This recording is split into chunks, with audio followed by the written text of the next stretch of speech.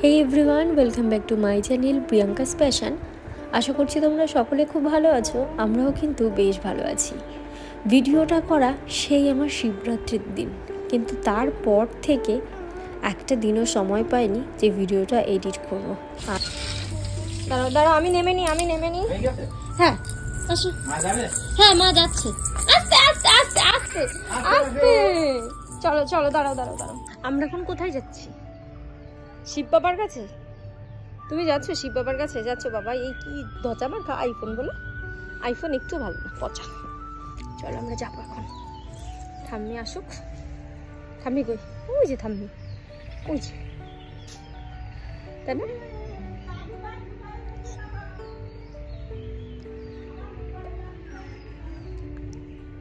ওই যে আমাদের ঘরে খাটের উপরে। হাসিটা কি আমার? এই বাবা অফিসে গেছে, বাবার অফিসে যাবো তো আমরা। চলো দাও, টাটা দাও, একটু দাও, টাটা দাও। হ্যাঁ টাটা দাও, একটু টাটা দাও না, আগে তুমি টাটা দাও। মাম থাক, বাড়ি থাক মাম। চলো। পুজো টুজো দিয়ে তো চলে এসেছি, কিন্তু তারপর থেকে ভিডিও পোস্ট তেমনভাবে করা হয়নি। ওই মাঝে মধ্যে একটু শর্ট ভিডিওগুলোই ইউটিউবে বলো ফেসবুকে বলো পোস্ট করা হয়েছে। এটা যে কবেকার ভিডিও তা আমার নিজেরও মনে নেই। সব কিছু মিলিয়ে একসাথে ওই গোজা মিল দেওয়ার মতন কাজবাজি হয়েছে। সেদিন যথাসম্ভব বাড়িতে নিরামিষ খাবারই হয়েছিল, তারই বন্দোবস্ত করা বলতে গেলে আমার একদমই হয়ে গিয়েছে। সয়াবিন সেদ্ধ হয়ে গিয়েছে, পটলগুলো কেটে লবণ হলুদ মাখিয়ে রেখে দিয়েছি, আর দুপাশে দুটো কড়াই বসিয়ে দিয়েছি অলরেডি। তাড়াতাড়ি সময়ের মধ্যে না করতে পারলে বাবানকে তো সময় দেওয়া একদমই সম্ভব হবে না। সেই জন্য আমি চেষ্টা করি নিজের কাজটুকু যতটুকু থাকে নিজের সময় মতন বা সুযোগ সুবিধা মতনই যথাসম্ভব তাড়াতাড়ি করে নেওয়ার।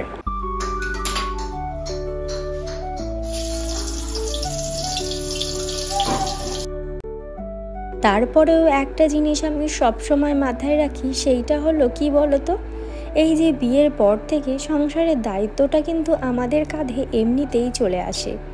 এই দায়িত্বটা যেমন সারা জীবন থাকবে, তেমনি একজন মা হিসাবেও আমার যে দায়িত্বটা ভগবান আমাকে দিয়েছে সেই দায়িত্বটাও কিন্তু আমাকে সারা জীবন পালন করে যেতে হবে। কিন্তু হ্যাঁ, এটা ঠিক, যখন আমার বাচ্চা বড় হয়ে যাবে তখন তার দায়িত্ব যখন সে নিজে নিতে শিখে যাবে তখন আমার চাপ এতটা থাকবে না। সেই জন্য আমি চেষ্টা করি আগে আমার বাবানের কাজ কমপ্লিট করে তারপর সংসারের কাজ করার।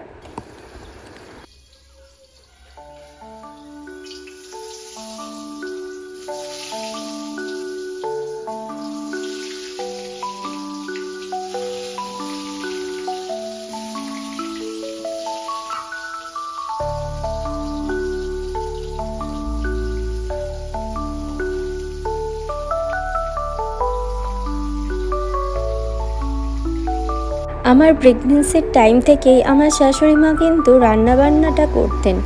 অবশ্য এটাও ঠিক, আমিও কিছু কিছু রান্না করতাম প্রেগনেন্সির টাইমে। যে একদমই শুয়ে বসে দিন কাটাবো সেই জিনিসটা আমি কখনোই পারতাম না। আর ওই সারাক্ষণ শুয়ে বসে আমারও কেন জানি না ভালো লাগতো না। যারা আমার পুরনো ভিউয়ার্স আছো, আমার এই চ্যানেলে অনেক পুরনো ভিডিওতেও আমি দেখিয়েছি যে প্রেগনেন্সির টাইমে আমি কখনোই একদম চুপচাপ বসে থাকতাম না। ওইদিকে মা আসতে বলেছিল একটা কাকিমাকে, কাকিমাটা যথারীতি চলেও এসেছে। আর কি, আমি একটা নাইটি নেব বলেছিলাম। বাড়ির থেকে নাইটি বা শাড়ি নিলে না ওই একটা সুবিধা আমাদের হয় কি, ওই প্রত্যেক সপ্তাহে সপ্তাহে টাকাটা দিয়ে দেওয়া যায়। যাই হোক, নাইটিটা আমাকে মা নিয়েই দিল। কয়েকটা দিন ধরে বলছিলাম নাইটি কিনবো, আমার মা তো নাইটি কটা পাঠিয়েই দিয়েছে, আর আমার শাশুড়ি মাও আজ একটা নাইটি কিনে দিলেন।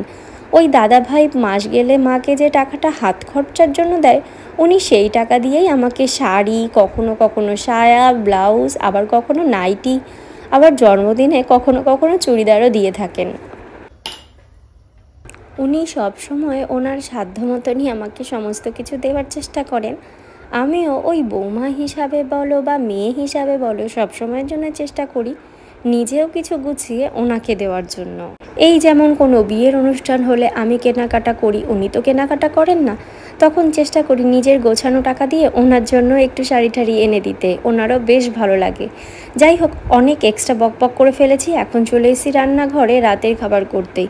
সত্যি কথা বলতে সেদিন মুখে একদমই কিছু ভালো লাগছিল না। রাত্রেবেলা হয়েছিল মটরের ডাল আলু দিয়ে আর হয়েছিল রুটি, বাট দুটোর কোনোটাই আমার ভালো লাগে না। তো আলু ভাজাটা ভালো, মানে আলু ভাজা বলছি কেন, সরি, রুটিটা ভালো লাগে, কিন্তু সেদিন হয়েছিল ছোলার ডাল, তো আমার একদমই পছন্দ নয়। ওই জন্য একটু বেগুন ভাজা করে নিয়েছিলাম, আর ভাত করেছিলাম একদমই অল্প, শুধুমাত্র বাবান খাবে সেই মতো। আর 4টে বেগুন ভাজা করেছিলাম, ওর বাবা খায় কি খায় না সেই মতোই, আমি বেশি করিনি। পরে দেখলাম না, নিয়ে নিয়েছে। আর এইভাবে বেগুন ভাজাটা কিন্তু বেশ ভালো লাগে।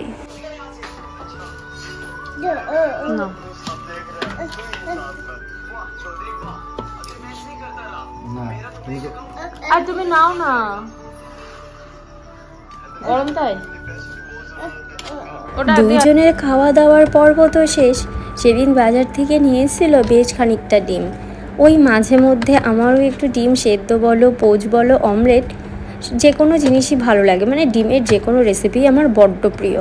তো সেই মতনই উনি একটু ডিম এনে রেখে দিয়েছে, তো ভাবলাম না ফ্রিজে আগে স্টোর করে রেখে দিই। খানিকটা ডিম তো সাইডে রেখেই দিয়েছি, আর ওই র্যাকটাতে আর জায়গা ছিলই না বলতে গেলে, তো যতটুকু পেরেছি ততটুকু রেখেছি। আর একটা রেখেছিলাম একটু টিফিন বক্সের মধ্যে। সব সময়ের জন্য চেষ্টা করি পরিপাটি করে একটু গুছিয়ে রাখার, কিন্তু ওই যে কিছু কিছু মানুষের স্বভাব আছে না, কারোর ভালো কারোর কখনো সহ্য হয় না, মানে এর কথা ওর কাছে বলবো, ওর কথা এর কাছে। আমি যথাসম্ভব আমার চেষ্টা মতন আমার ছোট বাচ্চা নিয়ে চেষ্টা করি গুছিয়ে রাখার, কিন্তু কেউ কেউ এই কথাটাকে, মানে ধরো কেউ আমার শাশুড়িমাই বললেন মাম্পি সবসময়ের জন্য ঘর দোর গুছিয়ে রাখে, কেউ কেউ এই কথাটা আমার কাছে এসে আবার উল্টোভাবে বলে, জানো তো তুমি নাকি কখনোই ঘর গুছিয়ে রাখো না, ভীষণ অগোছালো করে রাখো, আরও নানান মন্তব্য। তাদের ওই কথাগুলোর থেকে আমি এইটুকুনি কি বুঝতে পারি, কারোর ভালো কখনো কারোর সহ্যই হয় না। শুধু একজনের প্রশংসা করবে কেন, না যাই ওর মনটা একটু বিষিয়ে দিই।